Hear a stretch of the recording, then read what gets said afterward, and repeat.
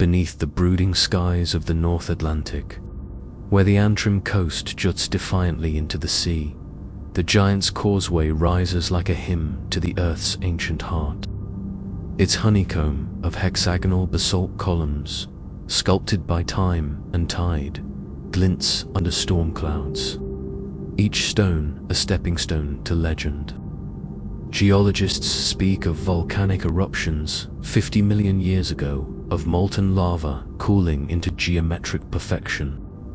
But in Ireland, where the wind carries tales older than the hills, the causeway is no mere rock. It is the handiwork of Fionn Mac Cumhaill, the giant of myth whose strength and cunning forged a path across the sea. This is the story of Fune, his clever wife Una, and a Scottish rival whose challenge shaped a landscape and a legacy. Fionn Mac Cumhaill is the towering hero of the Fenian cycle, a cornerstone of Celtic storytelling. Leader of the Fianna, a band of warrior poets, sworn to protect Ireland's kings and lands, Fune was no ordinary man. Born of mortal and blood, he was said to be as tall as an oak, with eyes that gleamed like polished jet and a mind as sharp as his spear. His feats, slaying fire-breathing serpents, outwitting druids, gaining wisdom from the salmon of knowledge, fill Ireland's oral tradition, sung by in-mead halls and by turf fires. Yet among his countless deeds, none resonates as powerfully as the creation of the Giant's Causeway, a tale of brawn brains and a bridge that binds to nations. The story begins in a time when giants walked the earth and the Irish Sea was a narrow divide between rival lands. Fune, now settled in Antrim with his wife, Una, a woman of descent whose wit matched her beauty, lived in a fortress atop the cliffs of Dunserve. His days were filled with the Fianna's duties, hunting boar in the glens of Antrim, training warriors by the Bann River, and guarding the coast from invaders. But peace was fleeting, for across the sea in Scotland loomed Benandonner, a giant whose name meant mountain of thunder. From the rugged shores of Staffa, Benandonner hurled taunts that carried on the wind, mocking Fione's strength and claiming supremacy as the greatest giant of the Celtic world. Fune, whose pride was as vast as his frame, bristled at the insults. "Let him come, or I'll fetch him myself," he roared, his voice shaking the cliffs. But the sea was a barrier, its currents treacherous even for a giant. Driven by fury, Fune devised a bold plan. He would build a causeway to Scotland, a path of stone to bring Benandonner to his fist. For days he toiled, tearing great chunks of basalt from Antrim's hills, his muscles straining as he hurled them into the waves. The stones, shaped by some ancient magic or the earth's own will, settled into perfect hexagons, forming a bridge that stretched. The Giant's Causeway took shape, its columns gleaming like the scales of a dragon, a testament to Fione's might. As the final stones fell into place, Fune crossed the causeway to scout his foe. From a cliff above Staffa, he glimpsed Benandonner, and his heart faltered. The Scottish giant was a colossus, his shoulders broad as a mountain, his footsteps cracking the earth, his roar drowning the gulls' cries. Fune, no stranger to battle, realized that facing Benandonner would be less a fight than a slaughter. His courage wavered, and he fled back across the causeway, his long strides shaking the stones, his mind racing for a way to save face and skin. At home in Dunserve, Fune confessed his fear to Una, whose eyes sparkled with mischief. "Strength won't win this, my love," she said, her voice like a melody on the wind. "But wit will." As Benandonner's thunderous steps echoed closer, Una wove a plan as intricate as her tapestries. She swaddled Fune in blankets of woven rushes, tucking him into a cradle carved from an oak trunk, its size befitting a giant. She smeared his face with porridge to mimic a baby's flush, placed a rattle of boar bones in his hand, and bid him lie still. "Be my bairn," she whispered, "and let me handle the rest." When Benandonner stormed across the causeway, his shadow darkening the Antrim coast, Una greeted him with calm hospitality. "My husband's away hunting," she said, her smile disarming. "But come, meet our wee one." She led Benandonner to the cradle, where Fune lay, feigning sleep, his massive frame dwarfing the room. The Scottish giant's eyes widened. "If this is the child," he muttered, his voice trembling, "how monstrous must the father be?" Imagining a titan twice Fione's size, Benandonner's nerve broke. He stammered excuses, his bravado crumbling, and fled back to Scotland, tearing up the causeway's stones in his haste to ensure Fune could not follow. The sea swallowed the broken path, leaving only fragments on both shores. The giant's causeway in Ireland and its twin Fingal's cave. The Fianna, hidden in the hills, roared with laughter as Benandonner's silhouette vanished. Fune, rising from the cradle, kissed Una's hand, his pride restored by her genius.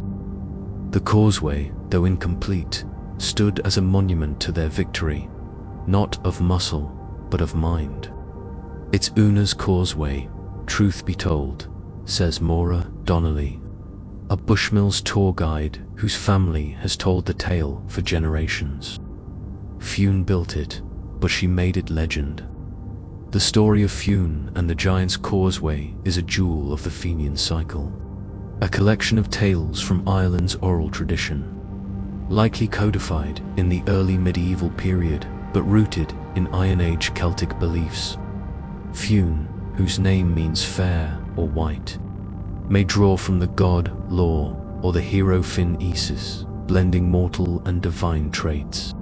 His giant stature reflects Celtic reverence for larger-than-life heroes, while the causeway's creation echoes myths of landscape-shaping deities, like the Dogda, who carved Ireland's hills. Dr. Eamon Keating, a Celtic studies scholar at Trinity College Dublin, sees the tale as a cultural bridge. "It's about Ireland and Scotland, rivals but kin," he says. The causeway links them, even in conflict, just as the myth does. The story's origins may lie in the causeway's geological marvel.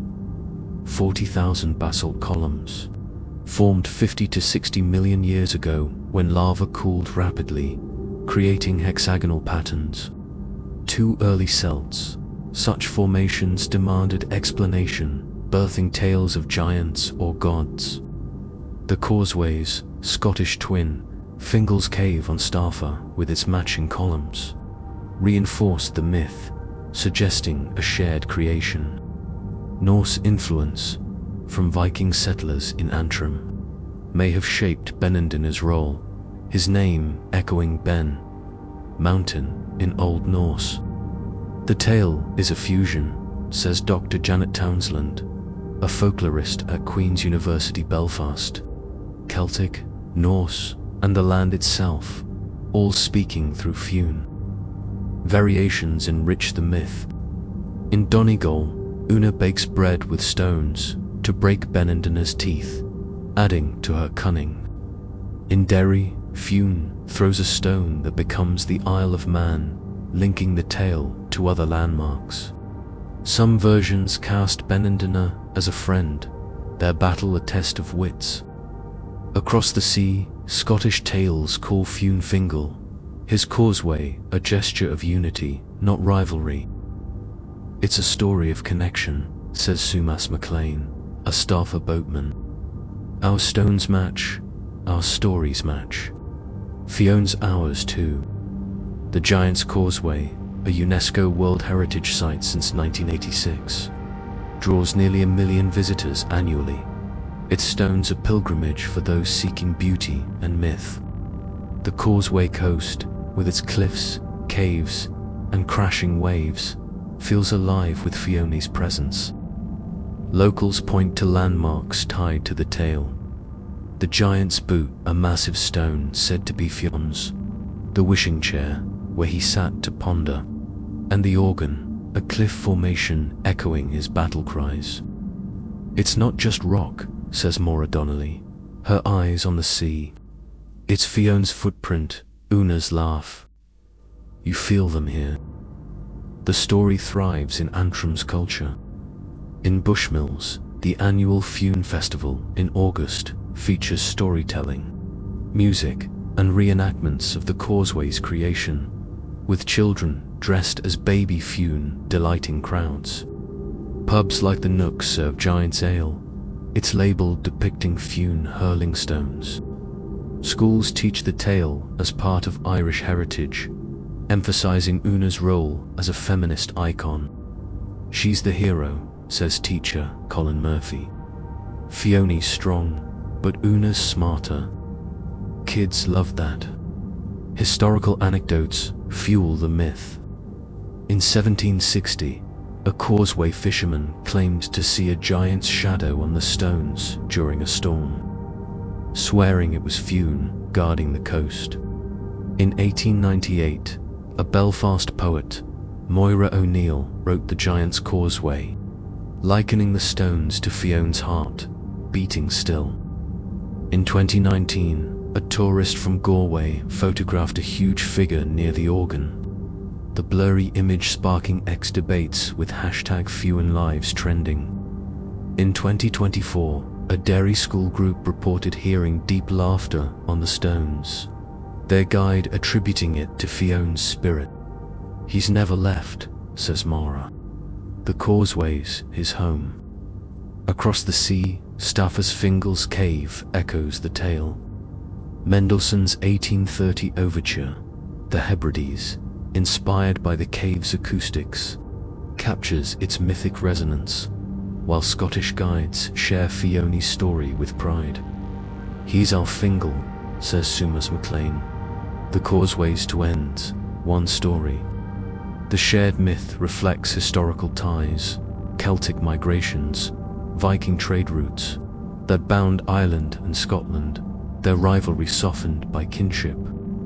The story of Fune and the Giant's Causeway endures because it speaks to timeless truths. The power of wit over might, the strength of partnership, the beauty of a land shaped by story. It's very Irish, says Dr. Keating. Fione's a giant, but he's human, flawed, clever, saved by Una's brilliance. It's humor over hubris, community over conflict. The tale also mirrors Ireland's identity, fierce yet playful, rooted in the land yet reaching across seas. Modern retellings keep Fune alive. In 2023, a Belfast theatre troupe staged Una's Cradle, a play centering her role. Its run sold out for weeks. Artists like Antrim's John McCabe paint Fune hurling stones, his silhouette against the Causeway's dusk. On X, #Giants Causeway posts blend science and myth, with users sharing drone footage of the stones alongside Fune quotes. Globally, the tale inspires, from The Secret of Kells to fantasy novels, though often losing its Irish depth. Tourism amplifies the myth. The Causeway Visitor Centre, opened in 2012, weaves Fione's story into interactive exhibits, while guides like Maura lead Fune walks, recounting the tale atop the stones. In 2025, a planned sculpture of Una and baby Fune will rise near Dunsaverick, funded by local arts grants, its bronze cradle gleaming under Antrim skies. Visitors from Tokyo to Texas leave offerings, coins, shells at the wishing chair, whispering hopes to Fione's spirit. I felt him, posted a 2024 visitor, Alina Rossi, on X. The stones hum, like they're alive. As the waves crash against the Giant's Causeway and the wind sings through Fingal's cave, Fionn Mac Cumhaill's legacy endures, immortalized in stone and story. The Causeway is more than a geological wonder.